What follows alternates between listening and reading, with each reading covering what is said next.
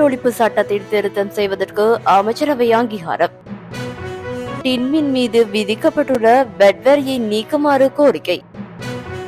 முதலாம் தர மாணவர்களுக்கு 30ஆம் தேதி பாடசாலை ஆரம்பம். நெல் கொள்முதலாளர்களுக்கு சலுகை கடன் வசதி.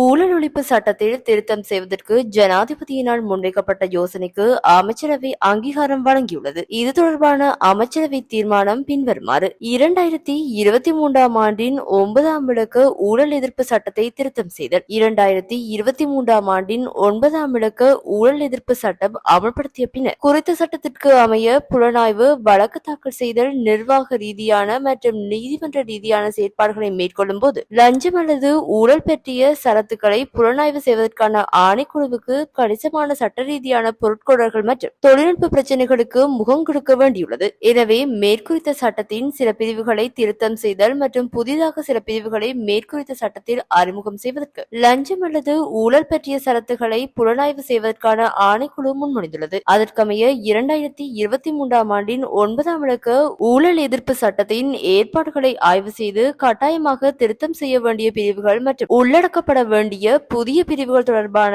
விதந்துரைகள் அடங்கிய விபரமான அறிக்கையை சமர்ப்பிப்பதற்காக லஞ்சம் அல்லது ஊழல் பற்றிய சரத்துக்களை புலனாய்வு செய்வதற்கான ஆணைக்குழுவின் ஒரு ஆணையாளரின் தலைமையில் நீதி மற்றும் தேசிய ஒருமைப்பாட்டு அமைச்சு, சட்டம் அதிபர் திணைக்களம் மற்றும் சட்ட வரைஞர் திணைக்களம் ஆகிய நிறுவனங்களின் சிரேஷ்ட அலுவலகர்களை உள்ளடக்கிய குழுவை நியமிப்பதற்கு கௌரவ ஜனாதிபதி சமர்ப்பித்த யோசனைக்கு அமைச்சரவை அங்கீகாரம் வழங்கியுள்ளது.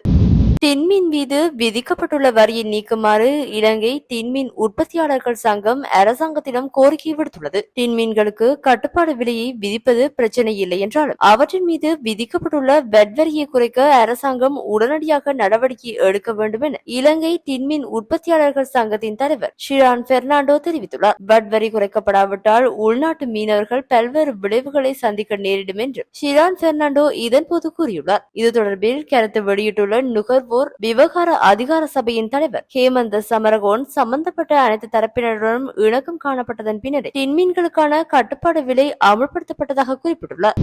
அரசு மற்றும் அரசு அங்கீகாரம் பெற்ற சகல பாடசாலைகளிலும் புதிதாக உள்வாங்கப்பட்டுள்ள முதலாம் வகுப்பு மாணவர்களுக்கான கற்பித்தல் செயற்பாடுகள் இம்மாதம் 30ஆம் தேதி ஆரம்பமாகும் என்று கல்வி அமைச்சு தெரிவித்துள்ளது. இன்று செவ்வாய்க்கிழமை அறிக்கை ஒன்றை வெளியிட்டு கல்வி அமைச்சு இதனை தெரிவித்துள்ளது. அதற்கமைய அனைத்து சிங்கள, தமிழ் மற்றும் முஸ்லிம் அரசு பாடசாலைகளின் புதிய தரம் 1 மாணவர்களுக்கு ஜனவரி 30ஆம் தேதி வகுப்புகள் ஆரம்பமாக உள்ளன. இதேவேளை விடுமுறையின் பின்னர் நாளை வியாழக்கிழமை மீள பாடசாலைகள் ஆரம்பிக்கப்பட உள்ளன. சகல பாடசாலைகளிலும் 3ஆம் தவணையின் 2ஆம் கட்ட கற்றல் கற்பித்தல் செயற்பாடுகள் வியாழக்கிழமை ஆரம்பமாகி எதிர்வரும் 24ஆம் தேதியுடன் நிறைவடைய உள்ளன. இதேவேளை இவ்வாண்டுக்கான கல்வி பொது தராதர சாதாரண தர பரீட்சைகள் 2025ஆம் ஆண்டு மார்ச் 17ஆம் தேதி முதல் 26ஆம் தேதி வரை ஆரம்பமாக உள்ளதாக பரீட்சை ஆணையாளர் நாயகர் அமித் ஜெயசுந்தர தெரிவித்துள்ளார். பரீட்சை நேர அட்டவணை என்பதை விரைவில் தெரிவிக்கப்படும் எனவும் அவர் மேலும் தெரிவித்துள்ளார்.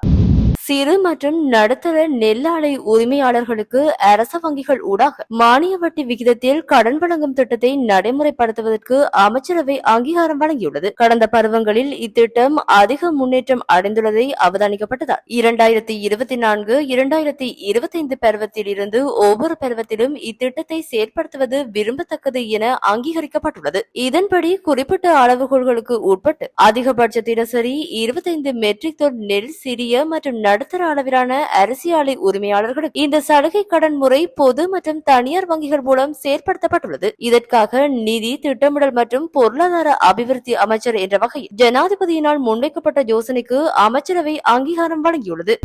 தென்கொரிய ஜனாதிபதி ஜுன் சுக் யோலை கைது செய்ய உத்தரவு பிறப்பிக்கப்பட்டுள்ளதாக சர்வதேச ஊடகங்கள் செய்தி வெளியிட்டுள்ளன. குறித்த பிடியாணை சியோல் நீதிமன்றத்தால் பிறப்பிக்கப்பட்டுள்ளதாக தெரிவிக்கப்படுகின்றது. நீதிமன்றத்தை தவிர்த்த குற்றச்சாட்டின் பேரில் இந்த பிடியாணை பிறப்பிக்கப்பட்டுள்ளதாக வெளிநாட்டு ஊடகங்கள் செய்தி வெளியிட்டுள்ளன. தென்கொரிய ஜனாதிபதி யூன் சுக் யோல் கடந்த 3ஆம் தேதி திடீரென நாட்டில் ராணுவ சட்டத்தை நடைமுறைப்படுத்தினார். அரசுக்கு எதிரான நடவடிக்கைகளால் ராணுவ சட்டத்தை நடைமுறைப்படுத்தியதாக அண்மையில் பதவி நீக்கம் செய்ய செய்யப்பட்டு பதவியை இழந்தார். முன்னாள் ஜனாதிபதிக்கு எதிராக சுமத்தப்பட்டுள்ள குற்றச்சாட்டுகள் தொடர்பில் ஜனவரி 6ஆம் தேதிக்கு முன்னர் அவரை கைது செய்து நீதிமன்றில் முன்னிலைப்படுத்துமாறு சியோல் நீதிமன்றம் உத்தரவிட்டுள்ளது. தென்கொரியாவில் தற்போதைய ஜனாதிபதி ஒருவருக்கு பிறப்பிக்கப்பட்ட முதல் பிடியாணை என்று உள்ளூர் ஊடகங்கள் தெரிவித்துள்ளன. டிசம்பர் 14ஆம் தேதியன்று ஜனாதிபதி யூன் சுக் யோல் பதவி நீக்கம் செய்யப்பட்டதை தொடர்ந்து தென்கொரிய பிரதமர் ஹான் டக் சூ தற்காலிக ஜனாதிபதியாக பொறுப்பேற்றுள்ளமை குறிப்பிடத்தக்கது.